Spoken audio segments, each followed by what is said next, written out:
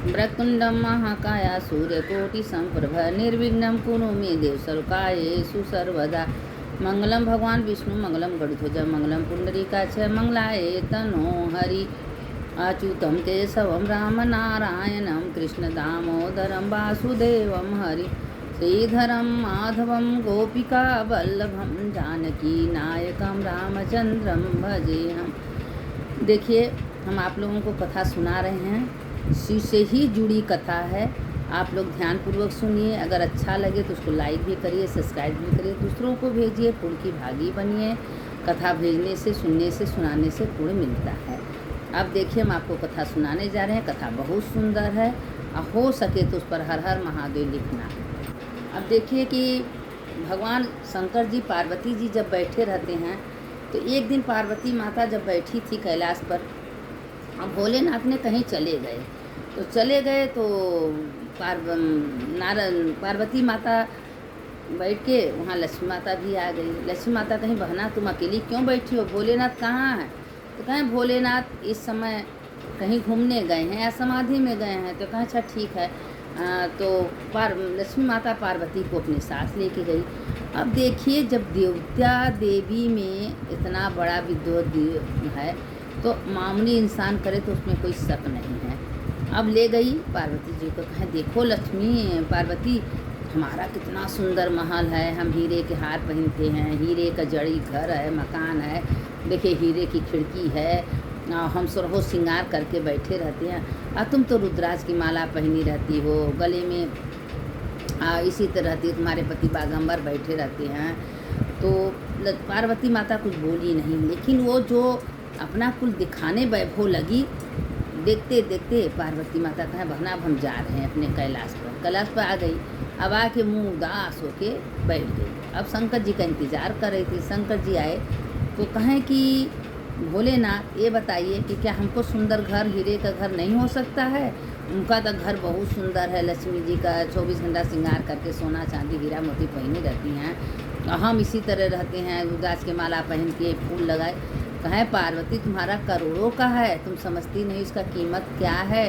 तो कहने हमको भी चाहिए। अब भैया भगवान को पीछे पड़ गई। कहें ठीक है, लेकिन कहें देखिए पार्वती तुम मकान ले रही हो, बनवा ले, तुम्हारे भाग्य में नहीं है, तुम्हारा जीवन यही है। कहें नहीं मानी। अच्छा, अब वो विश्वकर्मा को बुलाए, सोने का महल बनवाए पूरा।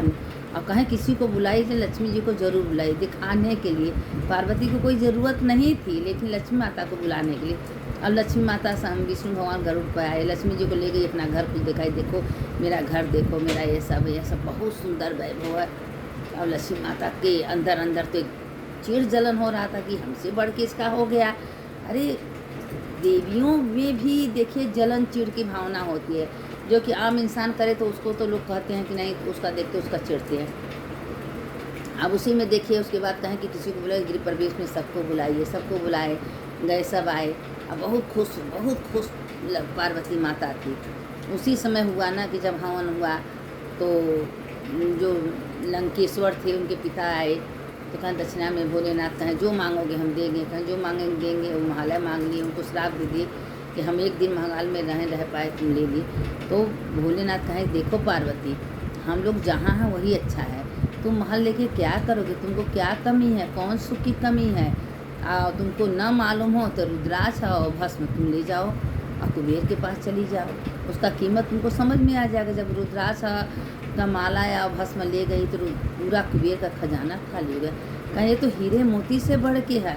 कहते हैं लोग, सही कहते हैं, सोना चांदी चोरों का निगाह होता है, और रुद्राक्ष और तुलसी मेरे शिव विष्णु का निगाह होता है। तो जिस चीज़ में हमको अच्छाई है वो क्यों न हम करें, क्यों हम किसी का देख के करें। तो पार्वती माता को समझ में आ गया। उसके बाद कैलाश पर खुशी खुशी रहने लगी। जब रहने लगी तो उसी समय भोलेनाथ पार्वती जी से कह रहे थे, देखो पार्वती, अपने कर्मानुसार सब कुछ मिलता है, अपने कर्म के अनुसार सुख है, दुख है, अच्छा है, बुरा, सब महल है, घर अटारी सब मिलता है। जो जितना दान पुण्य करता है भगवान ब्याज सूद मूद लगा के उसको देते हैं। लोग कहते हैं कि हमारे पास इतना, लेकिन ये समझ जाए कि अगले जन्म में वो कर के आया है तो उसको भगवान देते हैं। अब इसी समय क्या हुआ कि अब एक बूढ़ा थी, वो ज़िंदगी भर तपस्या कर रही थी और तपस्या करते करते करते बहुत दिनों तक बीत गया। उनके पास कोई औलाद नहीं था। अब वो बड़े फेर में पड़ गए और अब राजा के पास गए। राजा कहे कि भाई हमारे राज्य में ऐसा ना हो कि किसी के पास औलाद ना हो, आखिर मेरा पिंड दान कौन करेगा। तो कहें कि अरे कोई करे न करे, अगर भगवान को तुम पकड़ ली तो भगवान करेंगे।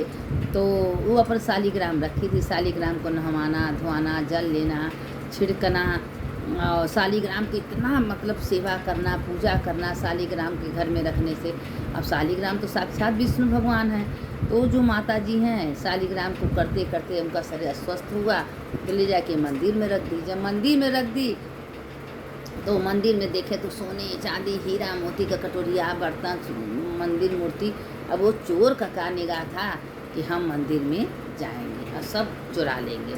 और ज्यों चोर 3-4 चोर आए थे और जो ब्राह्मण वहाँ पूजा कर रहे थे वो ब्राह्मण के गले में छुरी रखी कि तुम बताओ तो हम उठा ले जाएंगे तुम्हें। उसी समय मूर्ति से चक चक चक चक आवाज़, एक रोशनी आया और रोशनी जब आया तो भगवान स्वयं प्रकट हो गए और चोर के हाथों से तलवार खींच ली। जो भी मेरे भक्त को छुएगा उसको हम जान से मार डालेंगे। बता देते हैं हम लोग भक्त के अधीन हैं। भक्त मेरा जहाँ रहता है उसके संग रहते हैं। हमारा भक्त इतना मेरा सेवा करता है, मेरे मंदिर को सजाता है, मेरे मंदिर को सफाई करता है, तो मेरे भक्त को मारोगे। अब वो चोर थर थर रो रहा कांपा लगना कि हे भगवान मैंने क्या कर दिया। मैंने ऐसा मंदिर में स्वयं विष्णु भगवान प्रकट होते हैं। जो मेरे मंदिर में आएगा, जो मेरा चरणामृत लेगा और जो मेरे मंदिर का दर्शन करेगा उसके समस्त पाप नष्ट हो जाएंगे और सीधे मेरे लोक में जाएगा। और ब्राह्मण को आशीर्वाद दे तुमको सुख शांति समृद्धि धन दौलत पुत्र बहुत सब कुछ होगा, क्योंकि तुम जिंदगी भर मेरा सेवा किए। तो क्या ये बताइए कि मन का ही भगवान सुनते हैं। मेरे मन में भगवान कहाँ है, किस लिए मन में क्या विचार करें।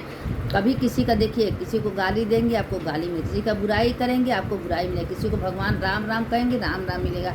मेरे ही कर्म का फल हमको मिलता है, जैसा हम करके आए हैं वैसा हमको मिलता है। इसीलिए कहते हैं मन से कभी किसी का बुरा नहीं सोचना चाहिए, नहीं चाहना चाहिए। हमेशा अच्छी बात करना चाहिए, अच्छी बात सोचना चाहिए और अच्छी बात बोलना चाहिए। क्योंकि लोग कहते हैं कि किसी से मत डरिए, अपने कर्म से डरिए। कर्म कभी किसी को सब छोड़ा नहीं है, इसलिए बार बार कहते हैं कि अपने कर्म से डरना चाहिए। अब उसी समय भगवान प्रकट होकर आशीर्वाद दे। भगवान कहें कि जो भी मेरे भक्त का निंदा करेगा, चुगली करेगा, बुराई करेगा, उसको हम छोड़ेंगे नहीं। इस रूप में दंड देते हैं, पता भी नहीं चलता है। इसीलिए भगवान के भक्त का कभी निंदा मत करना, चुगली मत करना, भगवान के भक्त का कभी दंड मत देना, क्योंकि उसको भगवान कभी छोड़ते नहीं हैं। कहते हैं कि हम 24 घंटा हर इंसान के आत्मा में रहते हैं। लोग जो जैसे हमको भावना से देखते हैं उसी हिसाब से हम प्रकट होते हैं। अगर आप झाड़ू लगा रही हैं, बोल रही हैं कि हम भगवान के मंदिर में झाड़ू लगा रहे हैं, खाना बना रही हैं, भगवान के लिए खाना बना रहे हैं, भोजन बना रहे हैं, भगवान आएंगे भोग लगाएंगे, सब में तो भगवान है। आत्मा तो परमात्मा का रूप है। सारे संसार दुनिया में जो दिखाई दे रहा है सब आत्मा ही है। सबके अंदर वही परमात्मा का वास है। शिव गए तो 100 हो गया। तो हमारे अंदर शक्ति है, आत्मा है, तभी तो हम बोल रहे हैं, डोल रहे हैं, चल रहे हैं, फिर रहे हैं, खा रहे हैं। जिस दिन वो शक्ति निकल गया उस दिन 100 हो गया। तो हम क्यों नहीं समझते हैं कि भगवान ने हमको रहने का घर दिए हैं, भगवान खाने को दे रहे हैं, पहनने को दे रहे हैं, कपड़ा दे रहे हैं, और उसके बाद भगवान का हम शुक्रिया अदा नहीं करते हैं। हम बकरी मती मैं मेरा है, तेरा है, मेरा लड़का, मेरी लड़की, मेरी पति, मेरा घर। अरे क्या तुम्हारा है? जाने के बाद तुम कभी इस घर में आओगी? हजारों करोड़ों राजा प्रजा, कितनों राजा हैं, सोने के डल्लब पर सोएंगे, सोने के गद्दा पर सोएंगे, लेकिन जाएंगे वही जगह पर जहाँ एक गरीब भिखारी जाएगा। कितना समझ लीजिए कि कुल जो भी कर्म आप कर रहे हैं सब अच्छा होता है। देखिए तुलसी भी हैं आपके घर में, 33 कोटि देवी देवता तुलसी जी के भी विराजमान होती है।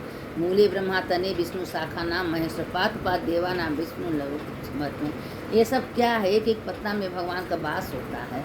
अगर आपके घर में तुलसी का पेड़ सूख गई तो उसको कार्तिक महीना में तोड़ तोड़ के रुई में लपेट के भगवान को आरती कर दीजिए। विष्णु लोक में रहेंगे, कभी वापस नहीं आएंगे। तो ये सब एक एक क्रिया है, एक एक कर्म है, करना चाहिए। और जो समझ लिया, जान लिया, आत्मा तत्व को जान लिया, उसका तो मुक्ति होना ही होना है। और जो नहीं जाना वो 84 लाख जो है उसको भटकना ही भटकना है। भटकिए भैया। हम दिन भर में पूजा पाठ धर्म भगवान का चर्चा तो कुछ नहीं कर रहे हैं, लेकिन हाँ बुराई करके सबका पाप ले रहे हैं। आप जितना जितना किसी का निंदा करती हैं, बुराई करती हैं, चुगली करते, उसका पाप आपके सर पर आता है और आपका पूरा सारा खत्म हो जाता है। तो इसलिए मन से कभी किसी का बुराई मत करिए। हमेशा भगवान के बारे में चर्चा करिए, भगवान के बारे में सुनिए। एक घड़ी आधे में पुण्य आते, एक घड़ी अगर सत्संग कर रही हैं तो समझ आपका लोक परलोक बन रहा है। अगर आप किसी का निंदा चुगली बुराई करते, आप तो ये लोग बिगड़ ही रहे, वो लोग बिगड़ रहा है। तो मत ऐसा करिए, क्योंकि बहुत से दुर्लभ मानुष तन मिलता है। 84 लाख बाद ज्वाइन के बाद ये मानुष तन मिला है, इसको व्यर्थ मत गवाइए। हमेशा भगवान का भजन कीर्तन चर्चा करके अपने जीवन को सार्थक कर लीजिए। और जो ऐसा करता है भगवान भोलेनाथ उसके ऊपर प्रसन्न होते हैं, खुश होते हैं। और जेठ महीना में जो सवेरे स्नान करता है वो तो भगवान के लोक में जाना ही जाना। भगवान कहते हैं आप अगर कुछ नहीं कर सकती हैं, अगर 4-5 बजे के अंदर 6 बजे तक अंदर नहा ले रही हैं तो आप तो मेरे लोक में आने के अधिकारी हो। कोई 10 बजे नहाता, कोई 12 बजे, वो नहाना श्रेष्ठ नहीं है, क्योंकि वो नरक का गामी है। भगवान इसलिए बनाए हैं ब्रह्म मुहूर्त। ब्रह्म मुहूर्त का मतलब क्या होता है? सवेरे उठना है, अपना कर्म करना है, स्नान करना है। ये सब करने से भगवान भी खुश होते हैं। देखिए जब तक आप नहाई नहीं रहेंगे आपका चेहरा शकल कैसा रहता है, नहाने के बाद शरीर फ्रेश हो जाता है, तो आत्मा खुश होता है कि मेरे मंदिर को अपनाइए, क्योंकि ये मंदिर है, शरीर नहीं मंदिर है।